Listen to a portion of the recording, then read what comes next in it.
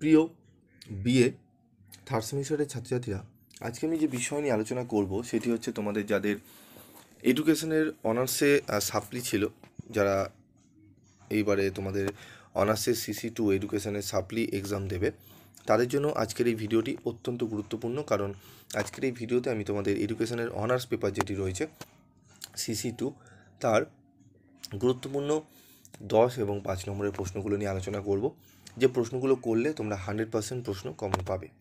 তো কথা না বাড়িয়ে চলে আসবো মূল আলোচনায়। তার আগে বলি, যারা চ্যানেলে তোমরা নতুন তারা চ্যানেলটি সাবস্ক্রাইব করে পাশে থাকা বেল আইকনে ক্লিক করে রেখে দিও, যাতে যখনই আমি তোমাদের জন্য ভিডিও বানাবো তার নোটিফিকেশান তোমরা সহজেই পেয়ে যাবে।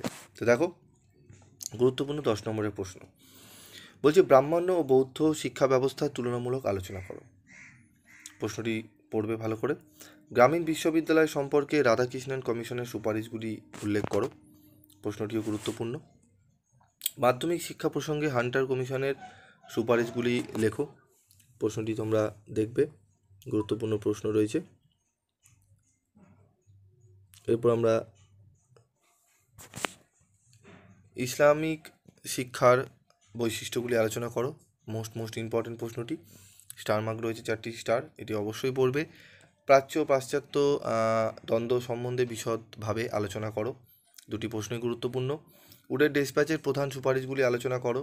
এটিকে কি ভারতীয় শিক্ষার ম্যাগমা কার্টা আখ্যা দেওয়া যায়? প্রশ্নটি ভালো করে পড়বে। মাধ্যমিক শিক্ষার কাঠামো ও পাঠ্যক্রম সম্পর্কে কোঠারি কমিশনের সুপারিশগুলি লেখো। প্রশ্নটি গুরুত্বপূর্ণ। বুনিয়াদী শিক্ষার বৈশিষ্ট্যগুলি লেখো।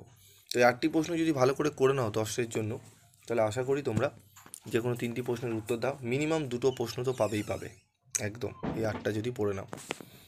চলে আসবো গুরুত্বপূর্ণ প্রশ্ন 5 নম্বরের। বৌদ্ধ শিক্ষা ব্যবস্থার মূল বৈশিষ্ট্য। ইসলামিক শিক্ষা ব্যবস্থার যে কোনো 5টি উদ্দেশ্য লেখো। এই 2টি প্রশ্ন খুবই গুরুত্ব সহকারে করতে হবে। এর সাথে করতে হবে প্রাথমিক শিক্ষা সম্পর্কে লর্ড কার্জনের শিক্ষানীতির যে কোনো 5টি সুপারিশ লেখো। উডের ডেসপ্যাচকে কি ভারতীয় শিক্ষার ম্যাগমা কার্টা আখ্যা দেওয়া যায়? এটি 10এও দিয়েছি আমি, 5এও রেখেছি। 10-এর হিসাবে পড়বে, 5-এ আসলে তোমরা 5-এর মতো করে লিখে দেবে। ব্রাহ্মণ শিক্ষা ব্যবস্থার যে কোনো 5টি বৈশিষ্ট্য, খুবই গুরুত্বপূর্ণ প্রশ্নটি। যে 5টি প্রশ্ন দিলাম, একটি প্রশ্নও ছাড়া যাবে না। খুবই কম প্রশ্ন দিয়েছি কিন্তু 10 নম্বরে 8টি এবং 5 নম্বরের গুটি কয়েক প্রশ্ন দিয়েছি, 9 থেকে 10টি প্রশ্ন দিয়েছি, ঠিক আছে? তো এই প্রশ্নগুলো একটু ভালো করে তোমাদের করে যেতে হবে যদি তোমরা ভালো নাম্বার পেতে চাও। বুনিয়াদী শিক্ষার যে কোনো 5টি বৈশিষ্ট্য লেখো। 10-এর হিসাবে পড়বে, 5-এ আসলে 5-এর জন্য 5টি পয়েন্ট লিখে দেবে, ঠিক আছে? গ্রামীণ বিশ্ববিদ্যালয় সম্পর্কিত রাধাকৃষ্ণন কমিশনের সুপারিশগুলি উল্লেখ করো। খুবই গুরুত্বপূর্ণ প্রশ্ন।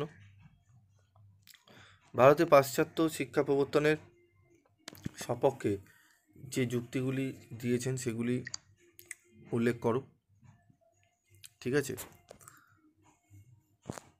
কোঠারি কমিশনের ত্রিভাষা সূত্র সম্বন্ধে লেখো। মোস্ট ইম্পর্টেন্ট প্রশ্ন।